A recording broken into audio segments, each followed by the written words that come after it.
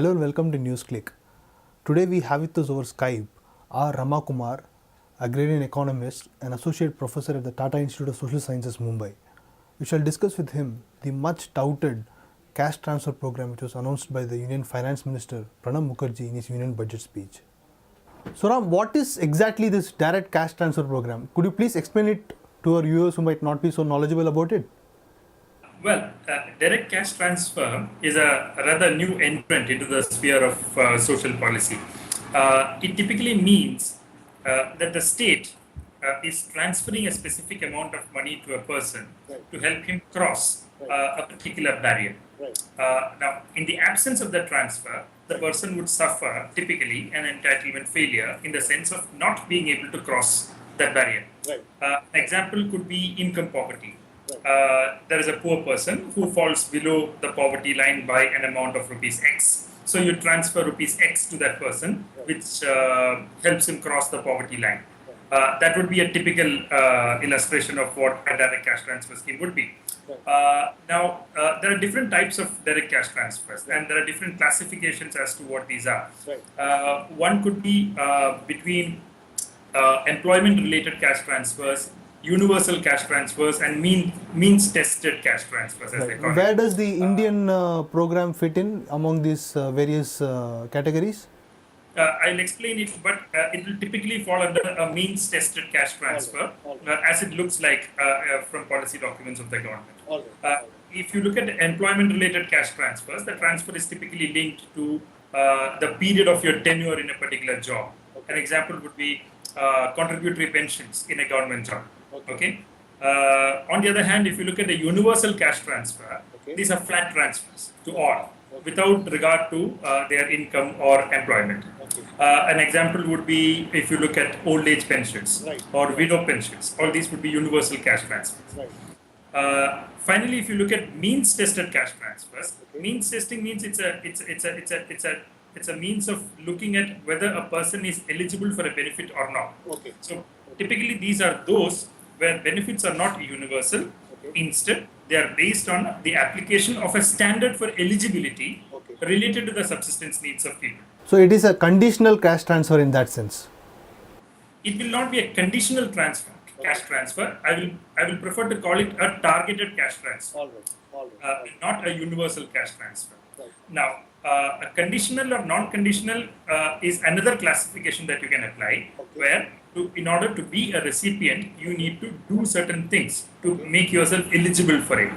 Typically, it would involve something in healthcare, where you take your you present yourself for antenatal or postnatal care in a particular health institution, and you get a particular cash transfer. That could be a conditional cash transfer, as opposed to a direct cash transfer to you, which is not based on any conditionality. You get it whether you do something or not. There are other classifications also, those between cash and kind. You could typically think of the public distribution system in India. It would be a transfer in kind. But the government typically is now talking about a transfer in cash.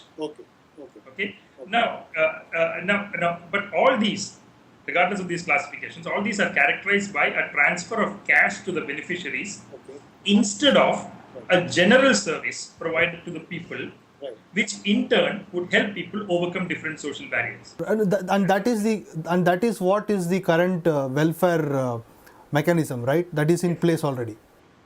The assumption here is that cash would enable people to purchase a service rather than government providing it directly. Now, I'll take 1 minute to explain it in a particular context, and I think it's very important to understand this context. The entry of cash transfers into social policy is relatively new, and undoubtedly, we have to understand that it is related to the neoliberal turn that social policies have taken across the world. For many years, if you take social policy, the European welfare state model was the predominant model. Now, and we also know that the modern welfare state model in Europe is primarily based on the Beveridge Report of 1942 in Britain. Now, if you recall, that report had recommended the establishment of a particular national minimum level of income, then a centrally administered national system of universal social insurance. Right. Hmm? Right. Which is and I repeat the term universal and social insurance, Right. Right. which is comprehensive in coverage and scope, and which would cover all kinds of sections of people, and where no means testing is involved. Okay. Okay. So you typically in Britain, healthcare was to be provided to everyone Universal. at a moderate charge through the NHS. Right. Okay. Post-war, that is Second World War, this was what most European states had adopted. Right. Now, it's important to understand that post-beverage or post-Second World War, the European welfare state model was not an era of that model was not one of a smooth political consensus over the nature of the welfare state. Right. It was actually a period of stiff contestations over the welfare model between working people on the one hand and corporations and liberals on the other. And this contestation, if you look at the larger picture, had finally resulted in the rise of neoliberalism as an ideology on the global scale. And with the rise of neoliberalism comes the fall of the idea of social insurance and the rise of the idea of social assistance. Okay? Which has So been we have pointed out by economists such as David Harvey and company, right? In their Yes. This is one of the things that writers like Harvey have noted. This movement from social insurance to social assistance. And this was a shift driven by a desire to push budget deficits down.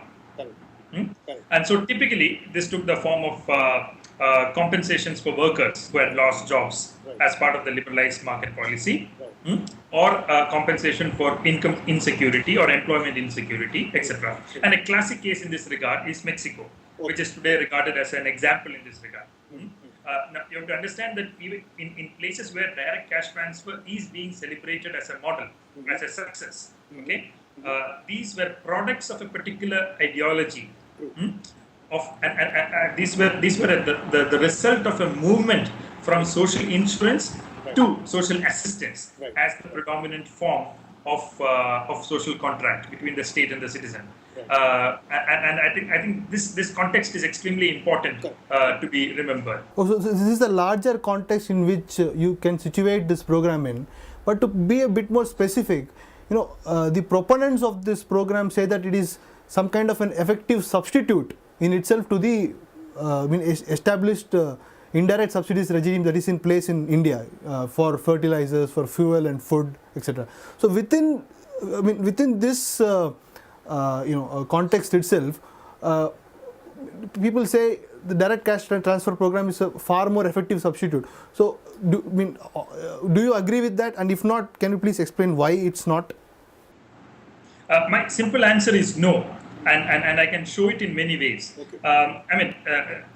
The point that you're making, the policy thinking in India is reflected in, for instance, the last year's Economic Survey Report, Chapter 2, that is Economic Survey 9-10, and also this year's budget speech, which talks about direct cash transfers as a possible solution to reducing the budget deficit and reducing government expenditure in what the government calls inefficient subsidy policies. Now, take the case of fertilizers. I think the case made here by the government is astoundingly foolish. The budget, if you look at the budget speech, it talks about direct cash transfers to BPL population in fertilizers, forgetting that most BPL households may actually be landless. Exactly. Okay, and it has got an extraordinarily interesting formulation where it talks about direct cash transfers are to be made to related to fertilizer subsidies are going to be made to people who do not own land in most cases. So let's rest the case of fertilizers there, and let's take the case of the more important sphere of food subsidies. Here, the argument is that giving cash instead of food can lead to lower transaction costs on the part of the state, faster delivery, more choice for people in terms of what food to buy, etc. And ultimately, this can lead to the leakage of reduction in the leakage of food subsidies in a major form, in a major way. And here, actually, many people wrongly so, make use of the writings of Amartya Sen also, saying that this will help the poor expand their food entitlement sets because they get more choice to buy food. Now, let's come to the problems with this. First, one has to understand that one has to place this in a historical context, in the sense that the emergence of the PDS in India, the public distribution system in India, was part of the formulation of a national food policy in the 1960s in India. Which was put in place to take care of the interests of both consumers and producers. So it's an integrated policy. The Green Revolution, which happened in the 60s and 70s, was highly imbalanced. It had biases across crops, across classes, across regions, and as a result, there were a few surplus regions in the country in terms of food production, and large deficit regions in other parts of the country. So the Agricultural Price Commission was appointed, the Food Corporation of India was established, and using the instruments of support price and procurement price, food was to be procured from farmers, which was supposed to be a producer support, okay, and then distributed to the consumers through the distribution system at a subsidized price. Right. Now, this is an integrated system of food procurement and distribution. And this also means that any weakening of the PDS would also mean weakening of support price and procurement price, which are supports to the farmers. Now, this integrated nature of India's food policy is often ignored completely when people talk about simply discarding the PDS and introducing cash transfers to farmers or even to consumers. So, I think this is the most important problem. If you introduce cash transfers, you will actually be doing away with a very important institutional public support structure to India's farming community, and that's going to be that's going to create an extremely adverse impact on issues like profitability of farming, etc. in India. There's no question about it.